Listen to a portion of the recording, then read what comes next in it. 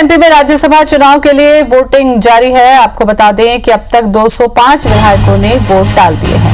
विधायक कुणाल चौधरी कुछ ही देर में पहुंचेंगे और वो भी अपना वोट डालेंगे।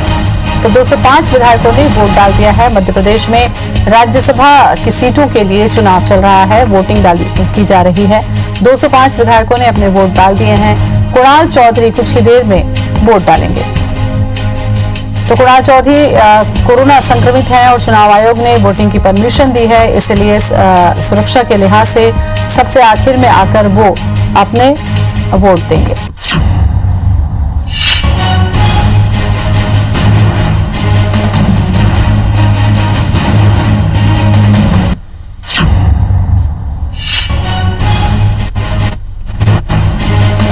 तो विधायक कुणाल चौधरी अपना वोट डाल चुके हैं। जैसा कि समय था कि सबसे आखिरी में वो वोट डालेंगे, चूंकि कोरोना संक्रमित है और उनको चुनाव आयोग ने अनुमति दी है।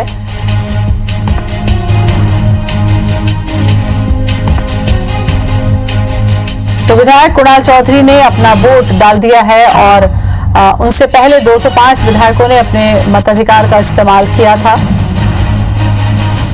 तो पीपीई किट पहनकर एम्बुलेंस से पहुंचे थे विधानसभा में प्रवेश से पहले दिखाया था विक्ट्री का साइन।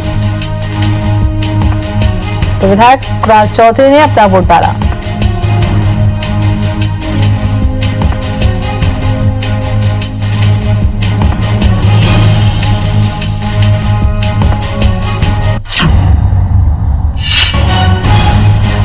तो वोट डालने पहुंचे एम्बुलेंस से कुणाल चौधरी और विक्ट्री का साइन भी उन्होंने दिखाया। पीपीई किट पहनकर बाकायदा एम्बुलेंस में बैठकर वो आए थे अपना वोट डालने के लिए। चूंकि राज्यसभा सीटों के लिए वोटिंग आज हो रही है और 1 बजे तक का वक्त था, इसलिए वोटिंग डालने के लिए एम्बुलेंस में बैठकर आए। पीपीई किट पहने हुए थे और जाते जाते विक्ट्री का साइन भी उन्होंने दिखाया। और इसी खबर पर ज्यादा जानकारी के लिए हमारे साथ जुड़ रहे हैं सुधीर दंडोतिया। सुधीर, पीपीई किट पहनकर एम्बुलेंस से वोट डालने पहुंचे कुणाल चौधरी, ये भी तस्वीर कोरोना ने हमें दिखाई।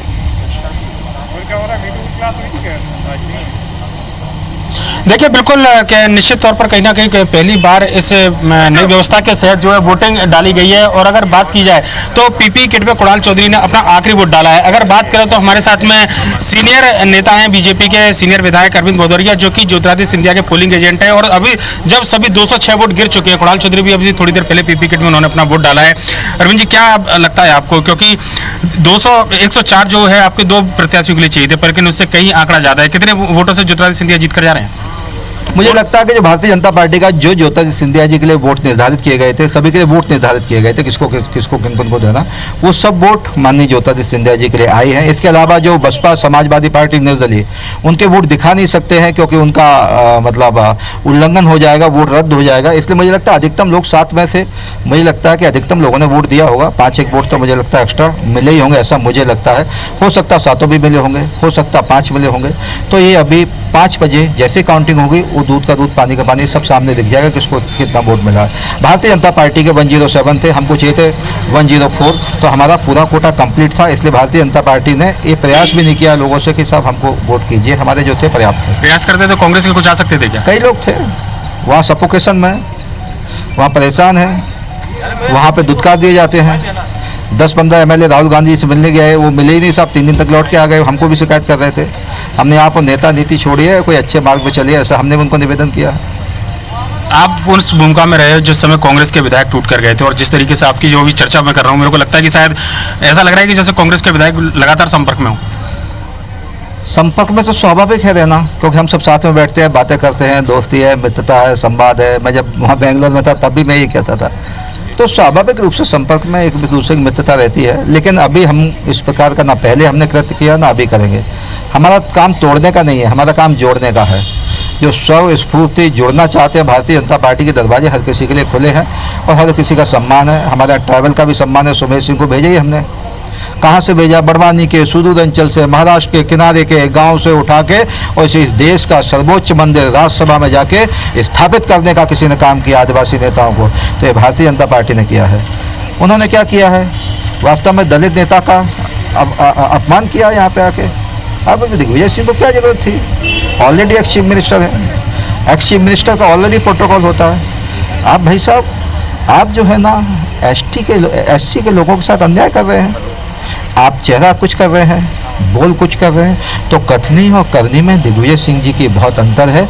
इसलिए मैं निंदा करता हूं इस बात की कि साहब जो है ना एक दलित नेता का यहाँ पे अपमान कर रहे हैं आप। जब वोटिंग अब हो चुकी है, सभी 206 विधायकों ने वोट डाल दिया, अब चूंकि शाम को काउंट होगी, तो ज्योतिरादित्य सिंधिया नहीं तो उनके एवज में कौन प्रमाण पत्र उनका लेने वाले हैं, कौन आने वाले मैं उनका पोलिंग एजेंट हूँ। इलेक्शन एजेंट राजवर्धन सिंह दत्तीगांव साहब हैं जो एक्स MLA हैं, वो यहाँ पे उपस्थित हैं। अभी हमारे साथी वहाँ पे मिलेंगे, हम दोनों साथ में 4:30 बजे आएंगे।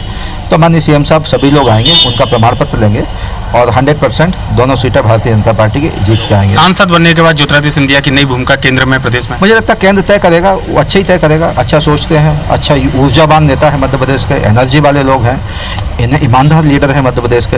तो मुझे लगता है केंद्र का विषय, केंद्र कुछ अच्छा सोच के ही हमारे लिए तो सौभाग्य होगा कि ग्वालियर चंबल संभाग में उनका लाभ हम सब जगह लेंगे। आगामी आने वाले 16 चुनाव भी वहाँ पे, उसमें भी उनका लाभ लेने। कांग्रेस बोल रही खरीद फरोख्त के जो आरोप लगाए जा रहे हैं, आज भी जाहिर किए कि किस तरीके से वोट जुगाड़े गए, यही कहना है एक्स CM का। कहा गया कि किस तरीके से सौदेबाजी हुई, ये सबके सामने। ये मुझे लगता है इनकी बेइज्जती कर रहा है, बदनामी कर रहा है, इनको परेशान करने की स्थिति में। तुम्हारे साथ थे तो खरीद फरोख्त नहीं थी क्या भाई? BSP समाजवादी पार्टी के लोग आज हमारे साथ हैं, सरकार के साथ है, विकास के सपनों में चलना चाहते हैं, विकास के साथ खड़े रहना चाहते हैं। तो उनको तुम बदनाम कर रहे हो सब। कोई ये बिकाऊ लोग हैं क्या? कोई बिकने वाले लोग हैं क्या? उस समय सरकार तुम्हारे साथ खड़े थे, तुमने उनको सुना नहीं, तो आज शिवराज सिंह चौहान के साथ खड़े हैं। उनके क्षेत्र के विकास के काम होते हैं, उन विकास के लिए खड़े हैं। आपको ध्यान हो, पहले भी इन्होंने कहा था दिग्विजय सिंह और जीतू पटवारी ने, मैं वहाँ से इनको पकड़ के लाया। राजेश शुक्ला से लेकर संजीव कुशवाहा से लेकर सभी MLA ने कहा था कि हमारी बदनामी मत करो, हमारी बेइज्जती मत करो। मैं कोई बिकाऊ हूँ क्या, या मुझे कोई पकड़ के ले जा सकता है? इसलिए जो ये बयान देते हैं कांग्रेस के लोग, ये षड्यंत्र के तहत देते हैं। इसलिए बड़े स्वच्छ हैं, ईमानदार लोग हैं और अच्छे भाव में विकास के सपनों के साथ सरकार के साथ। अग्रिम शुभकामना दे सकते हैं आप दोनों प्रत्याशियों को? 100% मैं अग्रिम शुभकामनाएं दोनों प्रत्याशियों को देता हूं और जीत के आगे भारतीय जनता पार्टी के पुण्यायत और भारतीय जनता पार्टी के कार्यकर्ताओं की दृढ़ इच्छा शक्ति से जो सरकार बनी है, बाकी भी हमारे मित्रों के कारण सरकार बनी है, उन सबका भी हृदय से आभार व्यक्त करना चाहता हूँ। तो बिल्कुल ज्योति, देख सकते हैं कि अरविंद भदौरिया निश्चित तौर पर कहना कि ज्योतिरादित्य सिंधिया के पोलिंग एजेंट है। आज शाम को प्रमाण पत्र लेने के लिए मुख्यमंत्री शिवराज सिंह चौहान, प्रकाश जावड़ेकर रहेंगे। जो ज्योतिरादित्य सिंधिया के जो इलेक्शन एजेंट है राजवर्धन दत्तीगांव, वो मौजूद रहेंगे। अरविंद भदौरिया खुद मौजूद रहेंगे।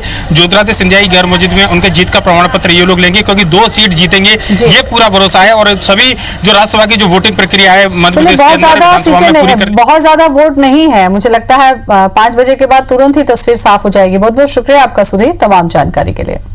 बड़ी खबर इस वक्त भोपाल से, दोपहर 1 बजे मतदान कर सकेंगे कुणाल चौधरी। चुनाव आयोग ने दी मतदान करने की अनुमति।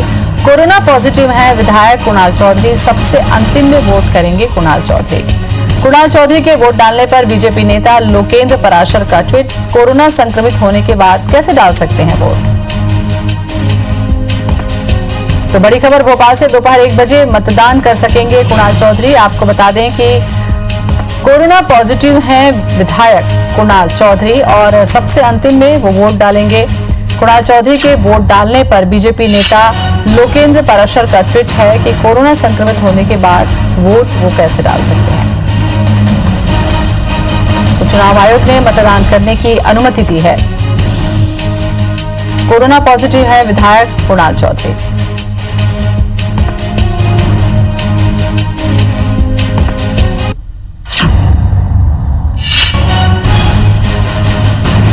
तो दोपहर 1 बजे के बाद मतदान कर सकेंगे कुणाल चौधरी। भोपाल से बड़ी खबर हम आपको बता रहे हैं, चुनाव आयोग ने मतदान करने की अनुमति दे दी है। कोरोना पॉजिटिव है विधायक और चुनाव आयोग ने अनुमति दी है। और इस पर सवाल उठाया बीजेपी विधायक ने कि कोरोना पॉजिटिव होने के बाद वो वोट कैसे डाल सकते हैं।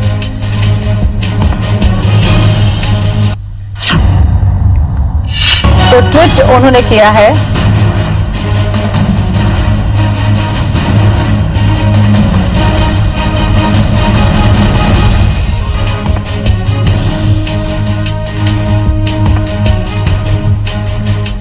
तो कुणाल चौधरी को मतदान की अनुमति के बाद में बीजेपी के लोकेंद्र पराशर ने ट्वीट किया है कि कैसे संक्रमित होने के बावजूद वो वोट डाल सकते हैं, ये कैसे संभव है। जिम्मेदार अधिकारियों को तुरंत संज्ञान लेना चाहिए। तो लोकेंद्र पराशर ने ट्वीट किया है और वोट की अनुमति मिलने के बाद ये सवाल उठाया है।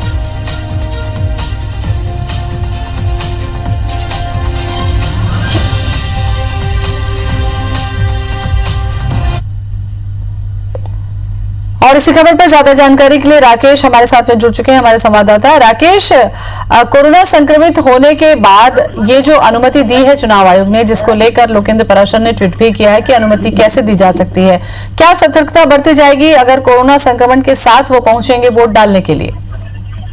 देखिए, जो कुणाल चौधरी को जानकारी दी गई थी उसमें साफ तौर पर विधानसभा की ओर से कहा गया था, चूंकि जो कुणाल चौधरी हैं उनको सीधे तौर पर विधानसभा में नहीं ला सकते, पीपी किट उनको दी जाएगी और पीपीटी किट पहनने के बाद ही विधानसभा में वो पहुंचेंगे। और बाकायदा विधानसभा पहुंचने का उनका समय भी तय किया गया था, उनका वोटिंग का समय भी तय किया गया था, जिसमें कहा गया था कि सबसे आखिरी जो वोट है वो कुणाल चौधरी का डाला जाएगा। लेकिन इस बीच हम बात करें, बीजेपी ने इस पूरी प्रक्रिया पर सवाल खड़े किए हैं और ये मांग की है कि कुणाल चौधरी को विधानसभा नहीं लाया जाए, उनको वोट डालने की परमिशन नहीं ली जाए। और हम ये भी कह सकते हैं कि आपत्ति तब ली गई है जब सब कुछ पहले से तय हो चुका है, लेकिन फिलहाल हम कह सकते हैं कि बीजेपी की आपत्ति है और बीजेपी इस बात को लेकर भी आपत्ति जो है ले रही है कि एक तो विधानसभा कुणाल चौधरी को लाया जाएगा, साथ ही इससे जो है संक्रमण फैलने का खतरा भी है, ये जो है बीजेपी की ओर से ऐसा कहा गया है। लेकिन फिलहाल हम बात करें, कुणाल चौधरी विधानसभा पहुंचने का उनका समय तय किया गया है, करीब आधा घंटे बाद